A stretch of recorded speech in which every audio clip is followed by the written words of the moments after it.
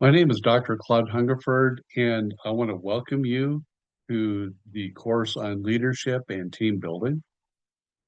And we're going to be guiding you through using Peter Norhaus's book on leadership, the different theories and aspects of leadership and how they work, how they apply to organizations, whether those are multinational corporations, whether they're for-profits, not-for-profits, any of those types of structures. Leadership is essential.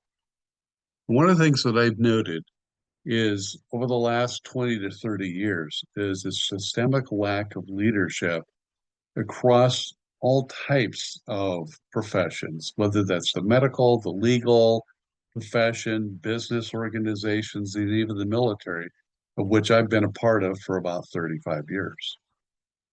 But have you ever wondered why you have the Enrons and why they failed the way that they did? Why did we have the subprime mortgage crisis back in '07, '08?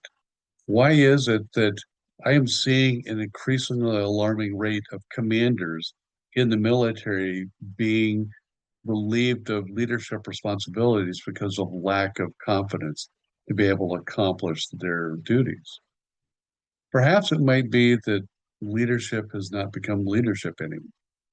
In many ways, it's my opinion that leadership has been relegated to nothing more than glorified project or program management. Specifically, corporations are hiring CEOs as leaders to be able to gain greater market share or some other objective that's just a time type of based thing, rather than to be able to develop the people to be able to accomplish the purpose of that organization. Adam Smith probably said it best when he was looking at his invisible hand theory.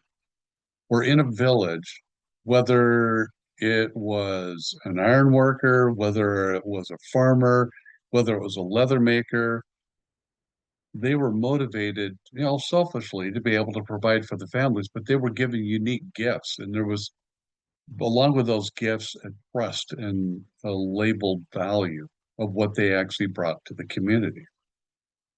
They think that really a lot of our organizations, especially our corporations and multinational corporations, the number one value is wealth maximization as quickly as possible. Everything else seems to be nothing more than a marketing tool to be able to accomplish that.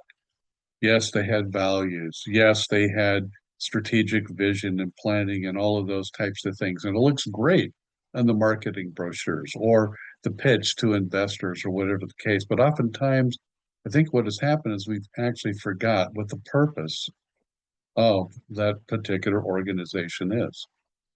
I remember reading a couple of years ago where I believe there was a survey of Harvard Medical School students in 1960.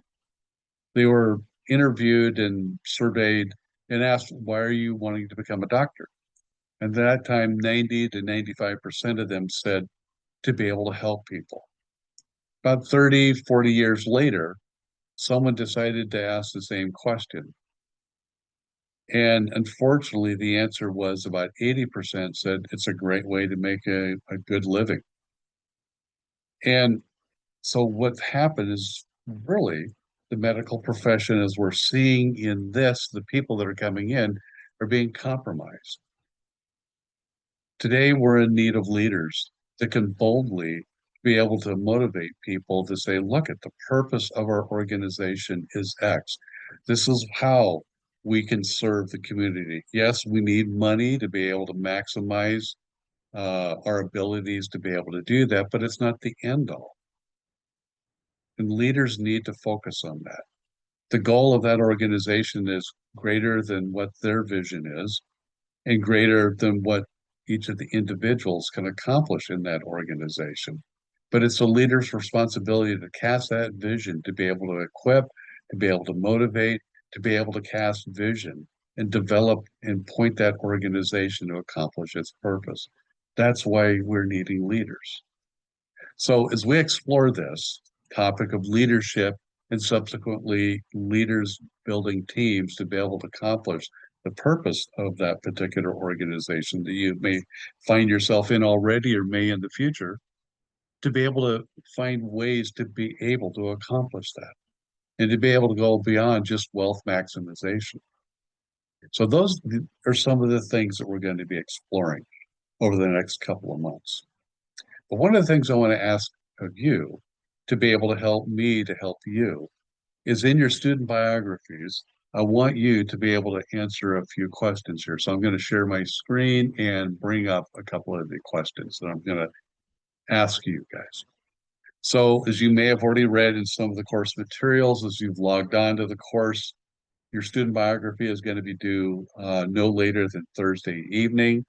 And in this, what I want to do is be able to have you tell me where you're from, what is your current occupation, why are you interested in an MBA program that emphasizes leadership, what are you looking to get out of this class, and why is studying the topic of leadership actually important to you, and where do you want to be in 10 years? What do you want life to look like?